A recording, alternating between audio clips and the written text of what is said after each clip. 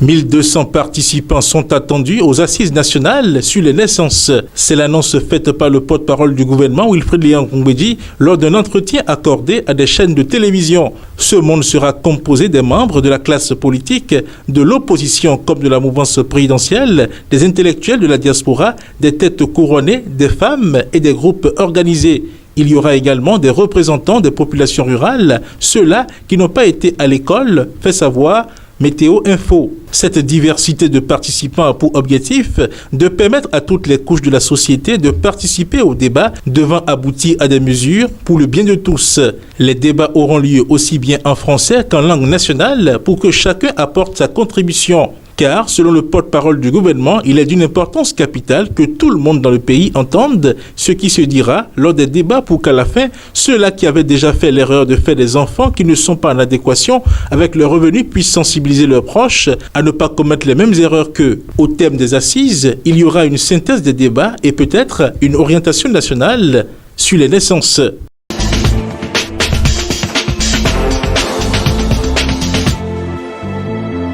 Le jeune homme a comparu dans la matinée de ce mardi 30 mai 2023 devant la Criette.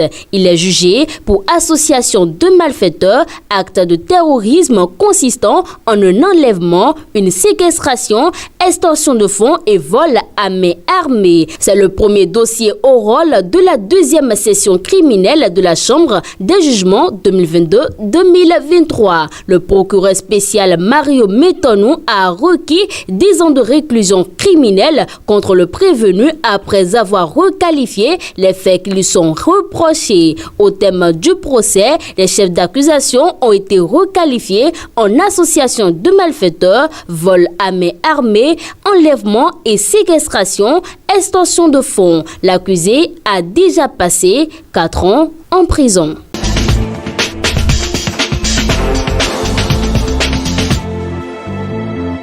Les enquêtes se poursuivent dans le dossier du prisonnier accusé de vider le compte des opérateurs Mobile Money. Selon les informations de Banouto, plusieurs fonctionnaires de police ont été interpellés dans cette affaire au cours de l'enquête ouverte.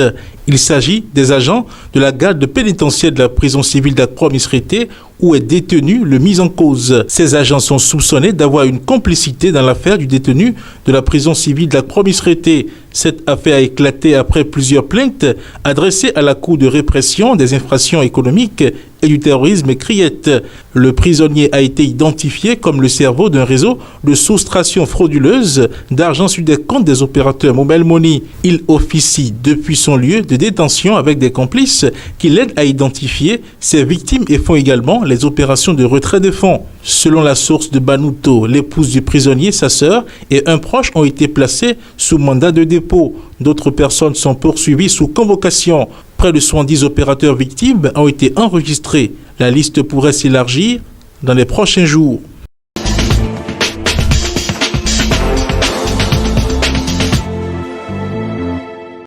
Les questions de santé et de bien-être demeurent une préoccupation majeure pour le docteur Raphaël Tchidimé, promoteur du laboratoire GBER. Ce lundi 29 mai 2023, en terre ivoirienne, il a participé à une campagne de dépistage du diabète et de l'hypertension artérielle. À la faveur de cette campagne qui s'est précisément tenue à Yopougon et qui a permis de faire un remue-ménage sanitaire, l'occasion a également été donnée aux patients de faire le dépistage d'une autre maladie aussi mortelle. Il s'agit de la bilirubine, un pigment issu de la dégradation des globules rouges. Il est présent dans le sang et dans l'ensemble des tissus. Afin donc de l'évacuer de l'organisme pour faciliter un bon fonctionnement du cerveau, les participants se sont fait dépister en grand nombre pour la plus grande satisfaction du tradithérapeute béninois Raphaël Tchidimé. Il faut prendre et il faut manger. Et si tu connais ton état, ce que tu es, tu vas savoir ce qu'il faut faire. C'est là la nécessité de se faire dépister rapidement. Que la Côte d'Ivoire nous accompagne, que les opérateurs économiques nous accompagnent, que le pouvoir nous accompagne, que les politiciens nous accompagnent, les maires, les députés, les préfets.